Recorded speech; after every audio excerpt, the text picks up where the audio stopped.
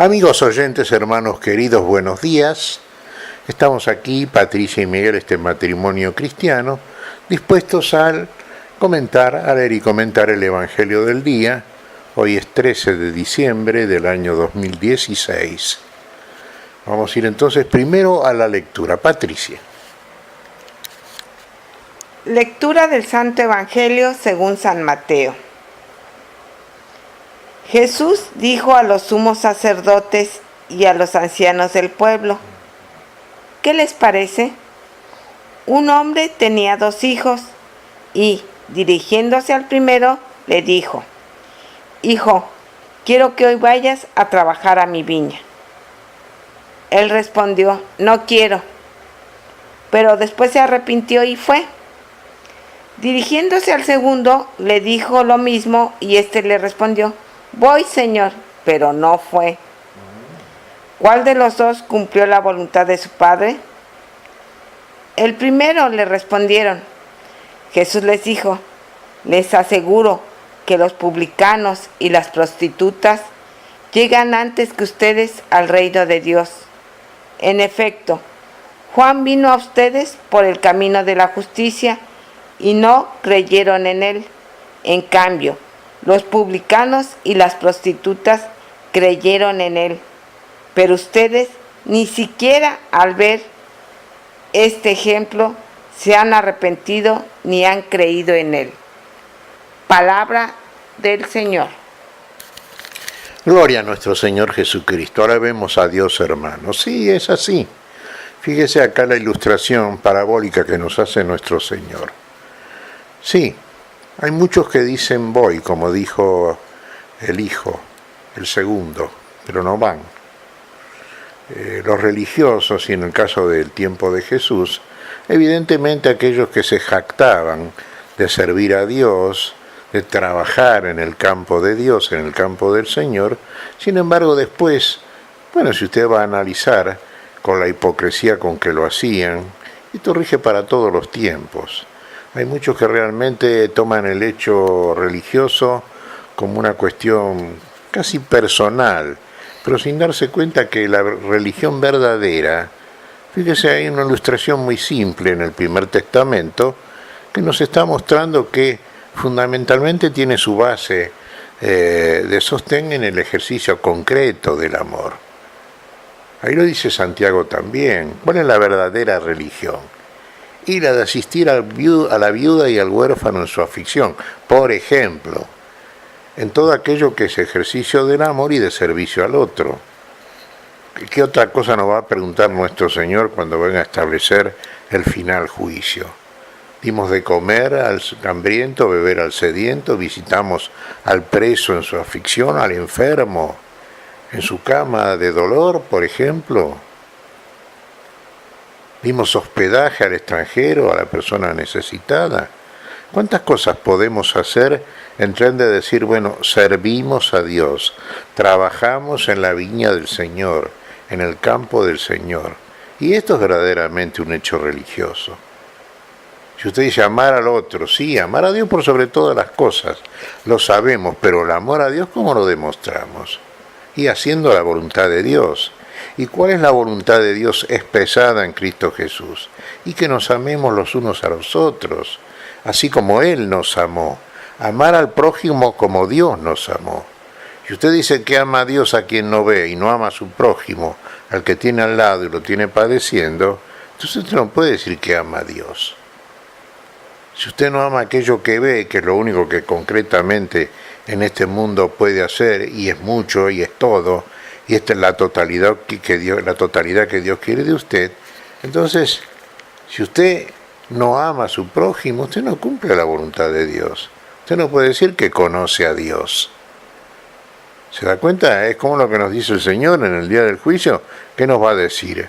¿O qué le va a decir el Señor a todos aquellos que de la boca para afuera sí tienen un discurso muy elocuente de tipo así teológico, religioso? Pero en el hecho concreto, de la ayuda sencilla, simple, que es lo que Dios quiere ver en nosotros, un corazón dispuesto a acercarse al otro, a comunicar al otro todo aquello que el otro necesita.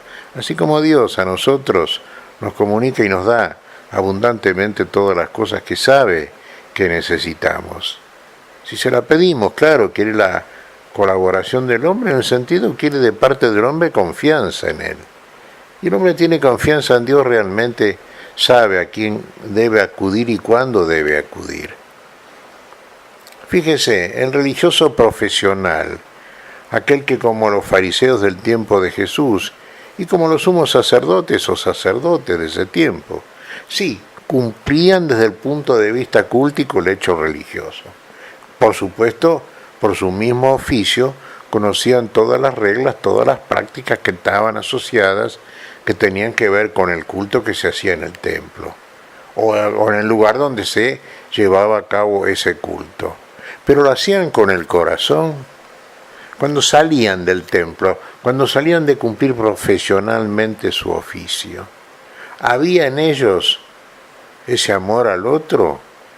¿O había de pronto una cierta desestimación de la persona del pueblo, de la persona más pobre, de la persona ignorante, de la persona ingenua, e inclusive una condena demasiado rápida, precipitada, ¿no?, hacia todos aquellos que eran, bueno, probablemente los más desdichados, ¿no es cierto? Pecadores, prostitutas, ellos no se acercaban, tenían miedo de contaminarse realmente. Entonces, claro, desde el punto de vista del discurso usted puede decir, bueno, este sirve a Dios, este conoce, este nos enseña. ¿Y después qué hace? Muestra realmente con la plenitud de su ser que conoce a Dios en el amor, que es la única manera, por otra parte, de conocerlo. Fíjese, en tren de discursos y en tren de utilizar la ciencia, digamos, del sabio uso, así desde el punto de vista culturoso del lenguaje, bueno, probablemente nadie sepa más que el diablo, Fíjese, es un ángel, un querubín de luz, posee la suma ciencia. Pero ¿qué es lo que lo hace a él diablo, Satán, opositor, adversario de Dios? ¿Qué es lo que lo hace en esa condición? Con la cual Dios no lo creó, por otra parte. Dios lo creó como a todos nosotros, para que obrase su voluntad, y la voluntad de Dios es que amemos. El problema del diablo es que conoce mucho, sí, como si dijéramos en el nivel humano, conoce mucho intelectualmente, pero no ama. Entonces, como no ama, no conoce verdaderamente. Dios quiere ser conocido verdaderamente en el amor. Si no, bueno, es como nos dirá el Señor, ¿no? Apártense de mí, nunca los conocí, obreros del desafuero. Y esta crítica de Jesús está destinada precisamente a todos aquellos que inclusive a él mismo lo cuestionaban, ¿no? Fíjese, por eso les pone el ejemplo, que es un ejemplo decisivo. Vino Juan, el Bautista, pidiendo el bautismo de arrepentimiento, anunciando como precursor al que había de venir a cumplir con todas las cosas, y a él no le creyeron, por supuesto.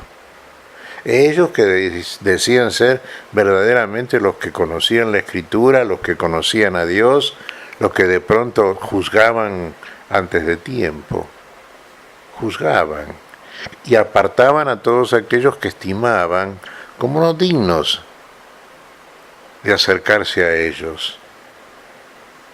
En cambio, fíjese la ilustración que pone, del segundo caso.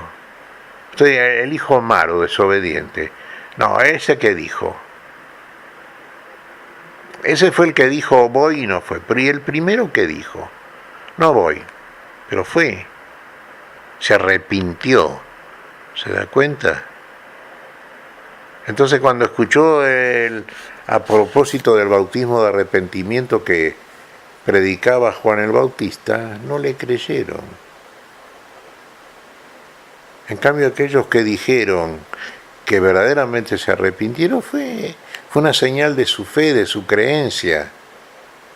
Y en ellos verdaderamente hubo de pronto lo que podríamos decir una especie de estremecimiento.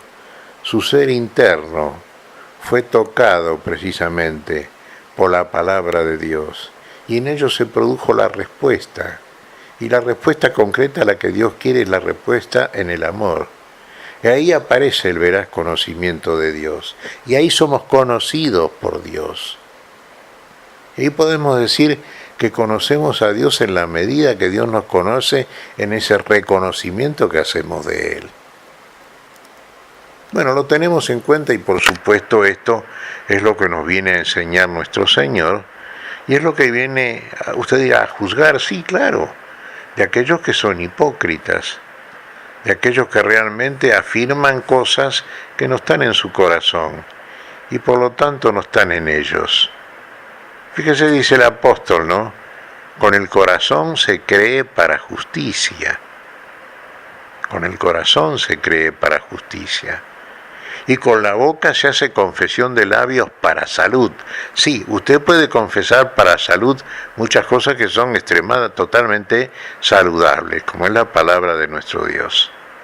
Pero esto, ¿lo creyó usted antes en su corazón? ¿Está instalada la justicia de Dios? ¿Busca el reino de los cielos y su justicia? ¿Usted se limita a repetir lecciones aprendidas? Bueno, es claro esto, por supuesto, es muy claro el Señor. ¿Qué te parece, Patricia? Que gracias a Dios, Él es el que nos juzgará, y que gracias a Él, que tiene infinita misericordia, uno tiene que hacer lo que le toca hacer.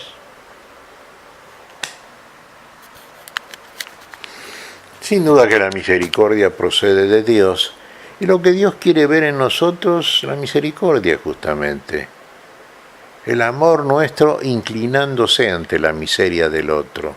Y no se olvide que primero que nadie lo hizo el Señor, Éramos todos pecadores, estábamos dormidos en la muerte cuando vino a visitarnos, cuando vino a amarnos.